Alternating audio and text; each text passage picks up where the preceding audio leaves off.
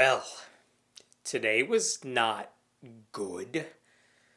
I figured my choices were either screaming into the sky or talking into an empty void to all of you. So let's talk. This Sunday, conservative Christian pastors across America will celebrate the terror they've just unleashed upon the nation. With a 6-3 ruling by the Supreme Court this morning to overturn Roe v. Wade, leaving women's bodily autonomy dependent on whether Republicans control their state legislatures, white evangelicals and Catholics who are conservative and their allies won a game they began playing decades ago when they decided abortion was a better rallying cry for their troops than straight up racism. This battle will not stop at abortion either, because it's not really about states' rights. If Republicans manage to control Congress and the White House in the future, you can bet that the first bill they pass will be a nationwide ban on the procedure after a few weeks before most women even know they're pregnant. So if you live in a blue state, like I do, and you think you're somehow immune from things getting worse, you're wrong. It could get much worse.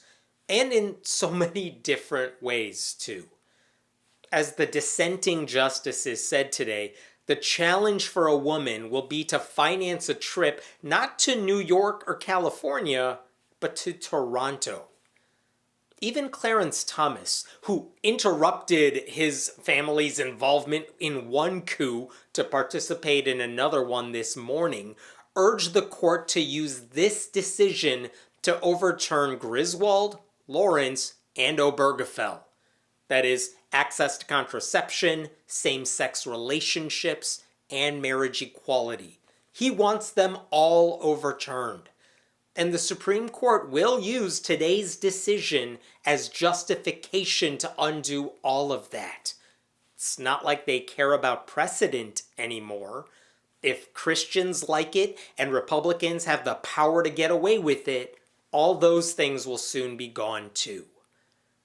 Today's ruling wasn't the first domino to fall, but it is a big one. And its ripple effects will be felt for years to come by anyone who cares about privacy, inclusion, tolerance, and love. It is the high point of a Christian nationalist agenda that aims to hurt as many people as possible outside their bubble while advancing their own religious beliefs over everyone else's. It's the same mentality that led the Supreme Court to say just this week that taxpayers in Maine have to now pay for the indoctrination of children at private Christian schools. And we still haven't heard their ruling about the Christian football coach who wanted to pray on the 50-yard line after games. This isn't going to get better. Church-state separation, as we know it, means nothing anymore. At least not to the right-wing justices currently on the court. White evangelicals, traded their supposed principles in 2016 for the possibility of this moment. They gave up their claim to a moral high ground by supporting Donald Trump, and they got 3 Supreme Court justices in return. Instead of spreading the gospel of Jesus, whatever that might be, they were more than willing to use their political power to terrorize everyone who doesn't share their values. So, congratulations, I guess. They made a deal with the devil, and the devil won. And preachers will be patting themselves on the back this weekend for their role in the process. They don't care that criminalizing abortion will only make the procedure less safe, not more rare. They don't care that more women will die because they won't have the resources to get to a blue state to obtain the medical help they need. They don't care that some of the fetuses cannot survive on their own and that forcing women to give birth anyway will cause serious emotional and physical damage. They don't care that today's ruling will disproportionately impact women of color and poor people, far more than the sort of people who typically attend their lily white megachurches. And it's not like this decision will ever get in the way of their own families. Plenty of preachers' daughters will find ways to obtain an abortion if they need one. They've always been able to do that in secret because the anti-abortion rhetoric spewed from the pulpit has always outweighed the reality of the situation, which many pastors refuse to acknowledge. A 2015 survey from the Southern Baptist-affiliated Lifeway Research found that 7 in 10 women who have had an abortion identify as Christian. Catholics and evangelicals, two groups that actively oppose abortion rights, made up a substantial portion of that 70%, 27% and 16% respectively. A different survey from the Guttmacher Institute found that roughly 20% of all abortion patients identified as born-again, evangelical, charismatic, or fundamentalist. They're hypocrites, to put it bluntly. They oppose abortion until the moment they need one, and then they're right back to opposing it. And those are just the patients willing to be honest about their religious label. Hypocrisy has never been an obstacle for conservative Christians. There are undoubtedly countless pastors who preach against abortion from the pulpit on Sunday, even though they've helped their own children secure a necessary abortion another day of the week. But rather than be honest about the toll a forced pregnancy would have in their own lives, they spread lies that elevate fetuses over women. There is nothing pro-life about today's ruling. Women will die because right-wing Christians got what they wanted. The people celebrating the decision have no love for those who will ultimately be affected by it. They're never going to push for progressive policies to address the root causes that lead to unwanted pregnancies in the first place. They're not pushing for affordable and comprehensive health care, or universal pre-K, or a higher minimum wage. Hell, they're still on a high from yesterday's Supreme Court decision to eliminate sensible gun restrictions. Yeah, that happened yesterday. The people who support weapons for all and the death penalty have no business pretending to be pro-life. That phrase has also lost all meaning.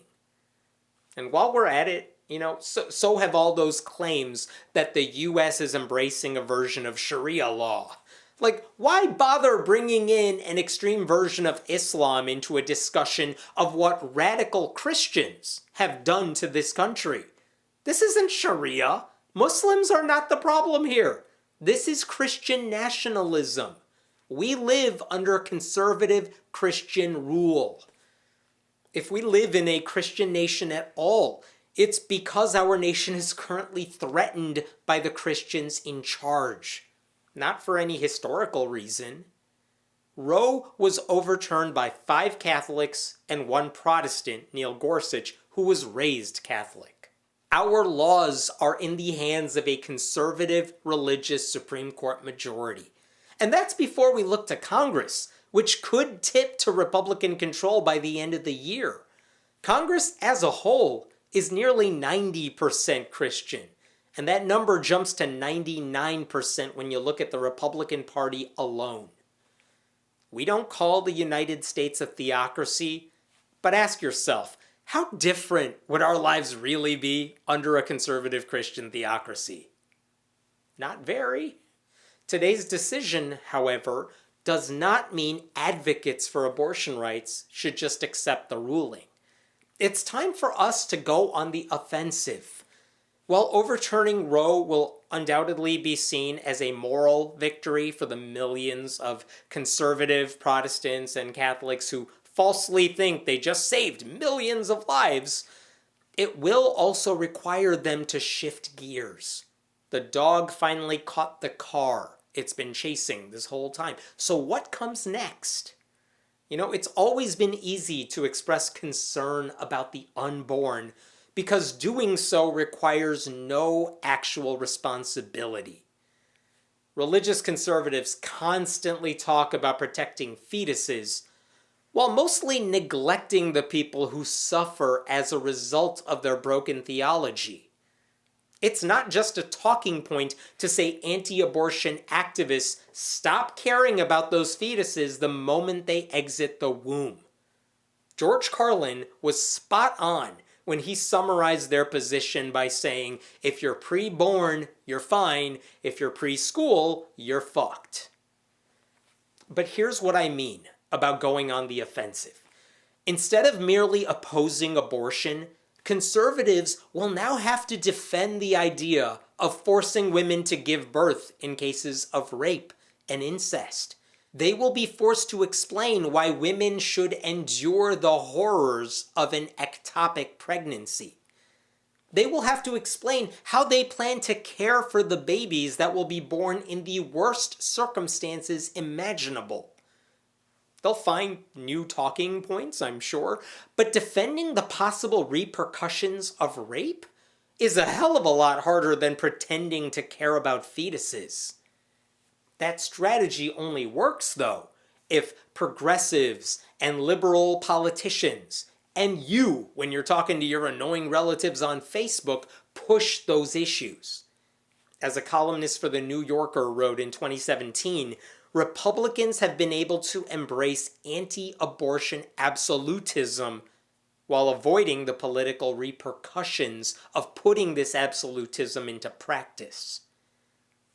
There are other short-term solutions to this crisis too. If this decision doesn't push sensible Americans to vote in overwhelming numbers for Democrats this November, nothing will. If Democrats retain a majority in the Senate and have the numbers to make Joe Manchin and Kyrsten Sinema irrelevant, they can eliminate the filibuster and expand the Supreme Court. They can codify abortion rights into law. But all of that requires apathetic people to stop pretending politics don't matter, get off their asses, and vote for the most progressive options on the ballot. It requires sensible religious people to get their family members and church colleagues to vote against Republican insanity. It requires Democrats to use this issue as a rallying cry for the midterms instead of singing "God Bless America" on the steps of the Capitol like they did this morning. They really did that. And then those Democrats have to take the opportunity to get something done instead of scheduling a pointless hearing sometime in the future like the Judiciary Committee said it would do next month. Like, great, I'll put it on my calendar. Unless all that happens, a person's uterus is now at least partially controlled by a group of high-ranking white evangelicals and their allies, most of whom are male, most of whom don't give a damn about any part of a woman's body that exists outside the uterus. Women don't control their bodies anymore. Ted Cruz now lives permanently between their legs. This is the future that conservative Christians wanted. Today, their wish came true. Our nation is worse off because of it. But this does not have to be the final word on the issue. Please do not let it become the final word on the issue.